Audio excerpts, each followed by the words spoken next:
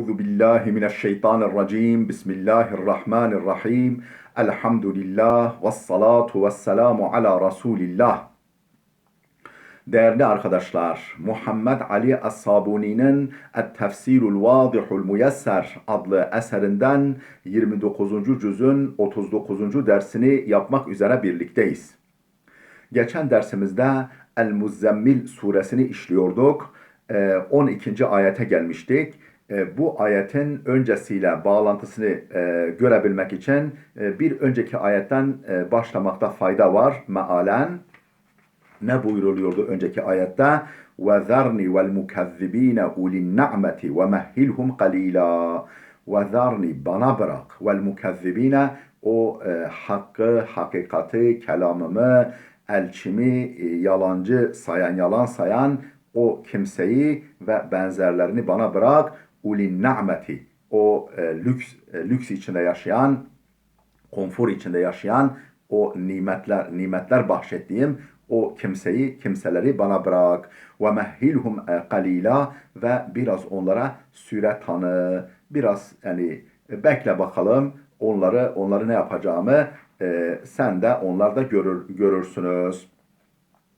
12. ayet şimdi. İnne ledeyna enkalen ve cehima hiç kuşkusuz, hiç şüpheleri olmasın bizim yanımızda zincirler, bukağılar, kelepçeler var ve cehima ve kızgın cehennem ateşi var. Ve ta'amen za gussatin ve azaben elima boğaza tıkanan, gırtlaktan geçmeyen, acı, zehirli yiyecek var ve azaben elima ve can yakıcı bir azap var. Ne zaman bunlar olacak? يَوْمَ تَرْجُفُ الْأَرْضُ وَالْجِبَالُ وَكَانَتِ الْجِبَالُ كَثِيبًا مَهِيلًا Kıyamet gününde, kıyamet nasıl kopacak? يَوْمَ تَرْجُفُ الْأَرْضُ Yer titremeye tutulduğunda, zelzeleye tutulduğunda, وَالْجِبَالُ yer ve dağlar, kocaman dağlar zelzeleye tutulduğunda وَكَانَتِ الْجِبَالُ كَثِيبًا مَهِيلًا dağlar etrafa savrulan kum tanecikleri gibi, kum tepecikleri gibi olduğunda, kum tepeli etrafa savrulan, birbirinden kopuk, zerreleri birbirinden ayrılmaya hemen yatkın kum tanelerine dönüştüğü zaman İnna arsalna ileykum rasulen şahiden aleykum kema arsalna ila firavuna rasula. Ey Mekke kafirleri, ey Mekke müşrikleri ve ey bütün inkarcılar. İnna arsalna ileykum rasulen biz size bir elçi gönderdik. Şahiden aleykum üzerinizde şahit olabilecek. Yani yaptıklarınıza kriter, mihenk olabilecek, size örnek olabilecek, kimin Allah'a itaat ettiğini, kimin etmediğini gözlemleyecek, bunun mihengi olacak bir şahit gönderdik, elçimizi bir şahit olarak gönderdik. Kema arsalna ila firavuna rasula tıpkı Firavun'a bir elçi gönderdiğimiz gibi. Ne yaptı Firavun? Fa'asa firavunu rabbehu fa'asa firavunu rasula fa'akhadnahu ahzan vebila. Fa'asa firavunu ar-rasula. Firavun elçi dinlemedi. Firavun elçiye karşı geldi. Fa'akhadnahu biz onu cezalandırdık. Yakaladık. Ahzan vebila çok şiddetli bir cezalandırmayla, çok şiddetli bir yakalamayla yakaladık, cezalandırdık. فَكَيْفَ تَتَّقُونَ اِنْ كَفَرْتُمْ يَوْمًا يَجْعَلُ الْوِلْدَانَ شِيبًا فَكَيْفَ تَتَّقُونَ Kendinizi nasıl korumaya alırsınız? Nasıl korunursunuz? İn kefartum. Şayet nankörlük ederseniz, küfre saparsanız, neyden nasıl kendinizi korumaya alırsınız? Yevmen yec'alul vildane şiba çocukların bile saçını ağartacak. Çocukların bile saçını ağartacak. Yani o dehşetinden dolayı çocukların bile saçı ağaracak. O günden kendinizi nasıl korursunuz? O gün kendinizi nasıl korumaya alırsınız? Değerli dostlar, buraya kadar mealimizi verdik. Şimdi tefsirimizi arz edelim. Bu ayetlerin tefsirini arz edelim. buyuruyor ki inne ledeyna enkalen ve cehimen ve ta'amen za gussatin ve azaben elima. Hiç şüpheleri olmasın. Bizim yanımızda var. Onları beklemekte. Enkalen ve cehima. Efendim ağır demir, bukalar, zincirler, kelepçeler ve cehimen kızgın cehennem ateşi ve ta'amen za gussatin boğaza tıkanan, gırtlaktan geçmeyen zehirli, acı yiyecekler ve azaben elima ve can yakıcı bir azap vardır yanımızda. Ey inne li haulâil mucrimîne indena fil ahireti. Yani bu mücrimler için bizim yanımızda ahirette var. Ne var? Uyuden thakileten. Ağır kayıtlar var, ağır kelepçeler var, bukağılar var. Minel hadidi demirden yukayyedune biha onlarla o bukağılarla kelepçelerle kayıtlanacaklar, bağlanacaklar ve selasile yurbatune biha efendim bağlanacakları yani vurulacakları zincirler var ve naran hamiyeten musta'irreten efendim kızgın ve cayır cayır yanan bir ateş var yuhrakune biha efendim yakılacakları efendim atılacakları, yakılacakları, cayır cayır yanan kızgın bir ateş var. Allah muhafaza buyursun. Kema kâle subhanehu, nitekim Allah Teala şöyle buyurmuş. İzil aglalu fi a'naqihim ve selasilu yushabune fil hamimi thumme fil nari yuscarun. İzil aglalu fi a'naqihim. Efendim bu kağaların boyunlarına geçirileceği gün, efendim yer alacağı, boyunlarına yer alacağı, vurulacağı gün ve selasilu zincirlerin yushabune fil hamim cehennemde o zincirlerle sürüklenecekler. Thumme fin nari yuscarun sonra ateşte yakılacaklar.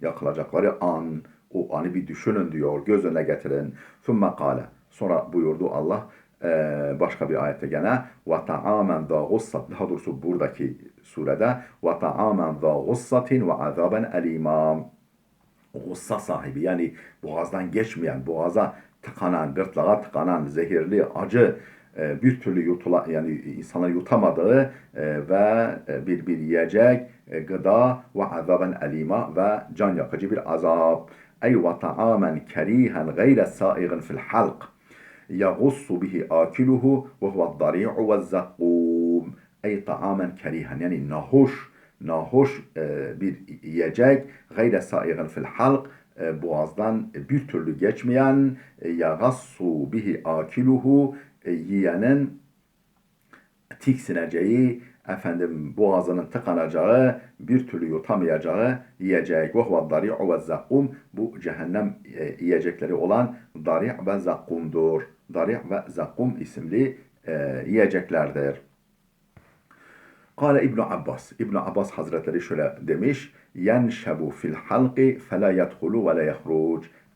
Efendim halk boğaza tıkanır. Boğaza efendim diken gibi, dikenli yemek gibi, yiyecek gibi boğaza tıkanır. Fe la yedhulu ve la yahruc. Ne girer mideye ne de dışarıya çıkar. Ne girer içeri vücuda ne de vücuttan dışarı çıkar. وَلَهُمْ عَذَابٌ شَد۪يدٌ مُوجِعٌ onlar için şiddetli ve efendim acı verici, can yakıcı bir azap vardır. يَوْمَ تَرْجُفُ الْأَرْضُ وَالْجِبَالُ efendim yerin ve dağların zelzeleye, lerzeye tutulacağı gün ve kânetil cibalu keiben mehila ve dağların savrulmaya hazır efendim zerreleri parçacıkla birbirinden kopmuş kum tepecikleri haline geleceği gün. Ey yevme tetezelzelul ardu ve tehtezzu bimen aleyha hezzeten anifeten muhifeten yani yevme tetezelzelul ardu yerin sarsıldıkça sarsılacağı ve tehtezzu bimen aleyha üzerindekileri de efendim lerzeye getireceği titreteceği yani üzerindekilerle beraber sarsılacağı, onları titreteceği hezzeten anifeten muhifeten şiddetli ve dehşet verici bir titreyişle, bir sallanışla Ve tercuful cibalu, dağların da depreme tutulacağı, fetetefettetu ve tenhar, paramparça olacağı ve savrulacağı. Ve tusbihul cibalu ala salabetiha tilalen minel rimali mutenafireten. Ve tusbihul cibalu, dağların dönüşeceği gün, dağlar dönüşür ala salabetiha, mevcut sertliğine, katılığına, böyle kayalık, birbiriyle mütemasik olmasına rağmen dağlar dönüşecek. Tilalen minel rimali mutenafireten, kumdan tepeciklere dönüşecek ve birbirinden kopuk, zerreleri parçalı birbirinden kopuk, etrafa savrulan kum tepeciklerine dönüşecekler. Ba'de en kânet salbeten camideten, oysa ki dünyada yani mevcut haliyle sert ve donukturlar, serttirler, donukturlar.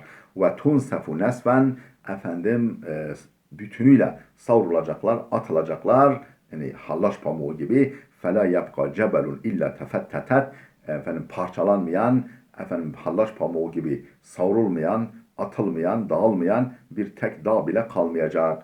فَاِذَا كَانَ هَذَا حَالُ الْجِبَالِ, dağların hali böyle olursa, dağların hali bu olursa, koskocaman, bu yüce dağlar bile böyle kum tepecikleri gibi, rüzgarın karşısındaki kum tepecikleri gibi dağılırlarsa, فَكَيْفَ يَكُونُ حَالُ الرِّجَالِ, artık insanların halinin nasıl olacağını, o deprem, o kıyamet zelzelesi karşısında nasıl olacağını varın siz düşünün, varın siz hesap edin.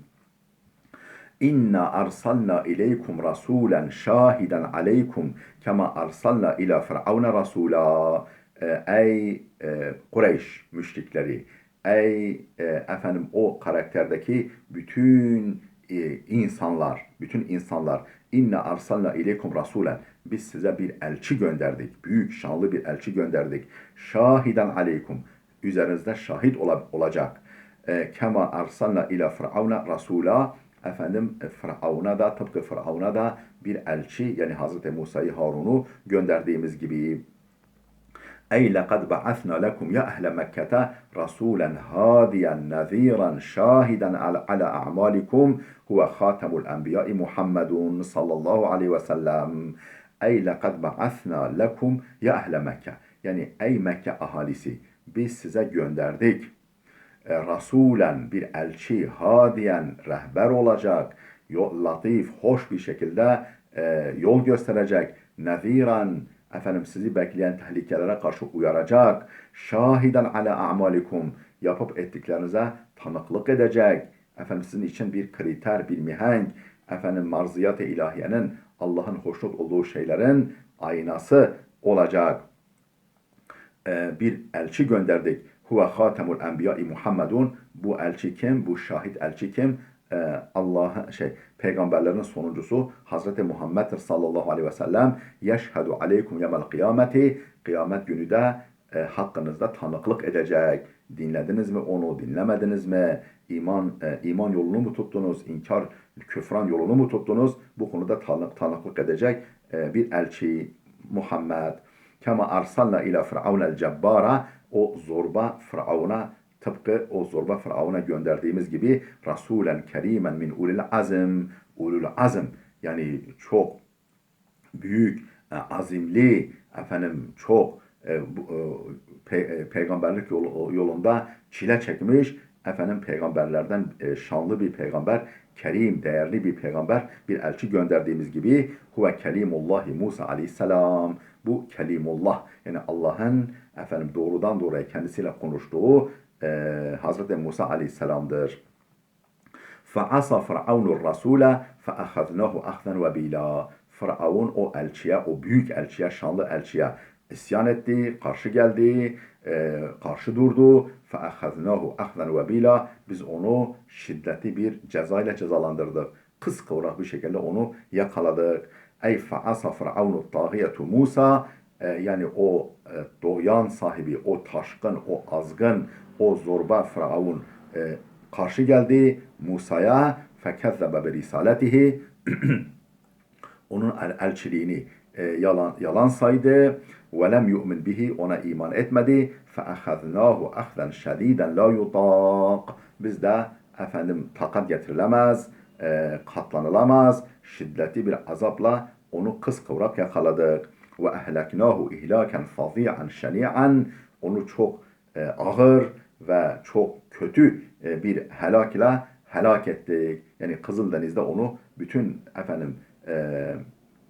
adamlarla beraber, yandaşlarla beraber onu boğduk. Ve ehlakinahu ihlaken fazi'an şeni'an. Fazi' yani çok acı, çok ağır ve çok şeni', çok kötü bir helakle onu helak ettik. Ve ma'nel vebil, ahzen vebile, oradaki vebil kelimesinin anlamı eşşedidul vahim, şiddetli ve vahim, korkunç ve şiddetli demektir.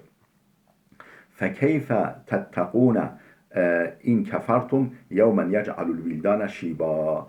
Efendim nasıl korunursunuz? Nasıl kendinizi korumaya alırsınız? İn kefertum. Şayet kafirliğinize devam ederseniz, nankörlüğünüze, inkarınıza devam ederseniz nasıl kendinizi korursunuz? Yevmen, öyle bir günden ki yec'alul vildane şiba, çocukların bile saçını ağartacak dehşetinden, çocukların bile saçını ağaracağı o günde.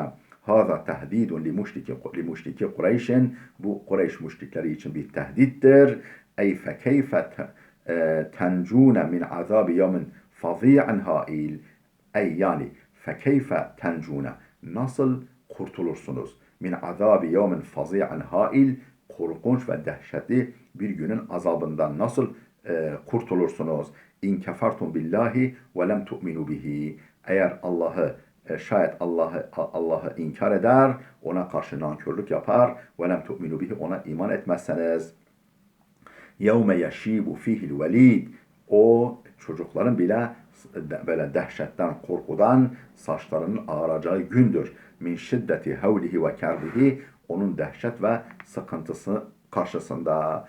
Hinema yekulullahu li Adem'e, o öyle bir gündür ki Allah Celle Celaluhu'nun Adem babamıza diyeceği gün. Ehric min zürriyetike ba'fen nar. Çocuklarından, zürriyetinden ateşin, cehennemin payını ayır bakalım. Min kulli elfin tis'amiyetin ve tis'aten ve tis'un. Min kulli elfin tis'amiyetin ve tis'aten ve tis'un.